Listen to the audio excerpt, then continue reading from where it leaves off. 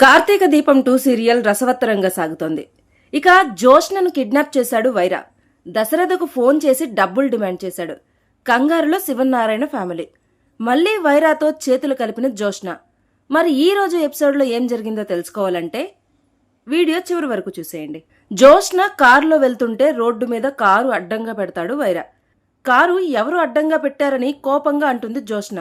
నేనే మేడం అంటూ కారులో నుంచి దిగి జోష్న కారులో ఎక్కుతాడు వైరా. నువ్వా?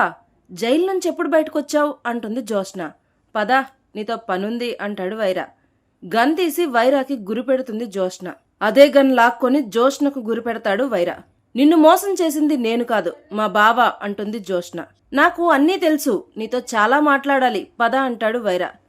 ఎక్కడికి అని అడుగుతుంది జోష్న. నేను నిన్ను కిడ్నాప్ చేస్తున్నాను అంటాడు వైరా. నేనేంటి వీడి దగ్గర ఇలా ఇరుక్కున్నాను అని మనసులో అనుకుంటుంది జోష్న. వైరా జోష్నను ఓ చోటకు తీసుకెళ్లి కుర్చీలో కూర్చోబెట్టి తాళ్లతో కట్టేస్తాడు. అసలు నీకేం కావాలి, ఎందుకు నన్ను కిడ్నాప్ చేశావు అని అడుగుతుంది జోష్న.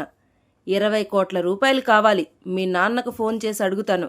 నా పేరు చెప్పకుండా డబ్బులు తెప్పిస్తే నువ్వు బతుకుతావు, లేదంటే నిన్ను చంపేస్తానని అంటాడు వైరా. ఆ తర్వాత దశరథకు ఫోన్ చేసి నీ కూతుర్ని కిడ్నాప్ చేశామని చెప్తాడు వైరా.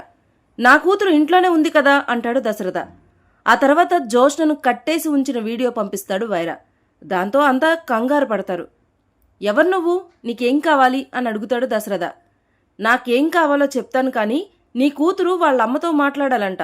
నేను మళ్ళీ ఫోన్ చేస్తాను, ఈసారి ఆవిడకు ఫోన్ ఇవ్వండి అని చెప్తాడు వైరా. సుమిత్రకు జోష్న కిడ్నాప్ గురించి తెలిస్తే తట్టుకోలేదు అని కంగారు పడతాడు దశరథ. ఈరోజు జోష్న గురించి నువ్వు చాలాసార్లు అడిగావు, ఇది నువ్వే ముందే ఊహించావా దీప అని అడుగుతాడు కార్తిక్. లేదు బావా, నేను నార్మల్గానే అడిగాను అంటుంది దీప. కిడ్నాప్ ఎవరు చేసుంటారు అని అడుగుతుంది పారు.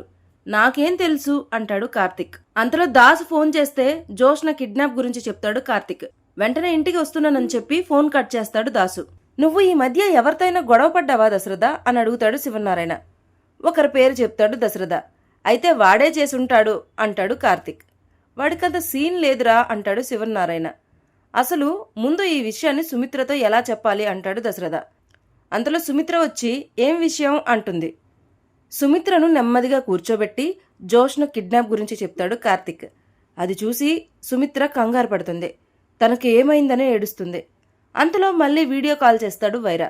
సుమిత్రతో జోష్నను మాట్లాడిస్తాడు. నన్ను ఎవరో కిడ్నాప్ చేశారు మమ్మీ, ముఖాలు కనబడకుండా మాస్క్ పెట్టుకున్నారు. నా పెళ్లి చూడాలని నువ్వు ఆశపడ్డావు, కానీ అది జరిగేలా లేదు, వీళ్ళు నన్ను బ్రతకనివ్వరు అని ఎమోషనల్గా మాట్లాడుతుంది జోష్న. వీడియో కాల్ కట్ చేసి నార్మల్ కాల్ చేస్తాడు వైరా. నా కూతుర్ని వదిలేయాలంటే నీకేం కావాలి అని అడుగుతుంది సుమిత్ర. 30 కోట్ల రూపాయలు కావాలి, నేను చెప్పిన చోటికి చెప్పిన టైంకి తీసుకొస్తే చాలు, లేకుంటే నీ కూతుర్ని చంపేస్తాను అంటాడు వైరా. నా కూతుర్ని ఎలాగైనా కాపాడండి అని దశరథ చేతులు పట్టుకుని ఏడుస్తుంది సుమిత్ర.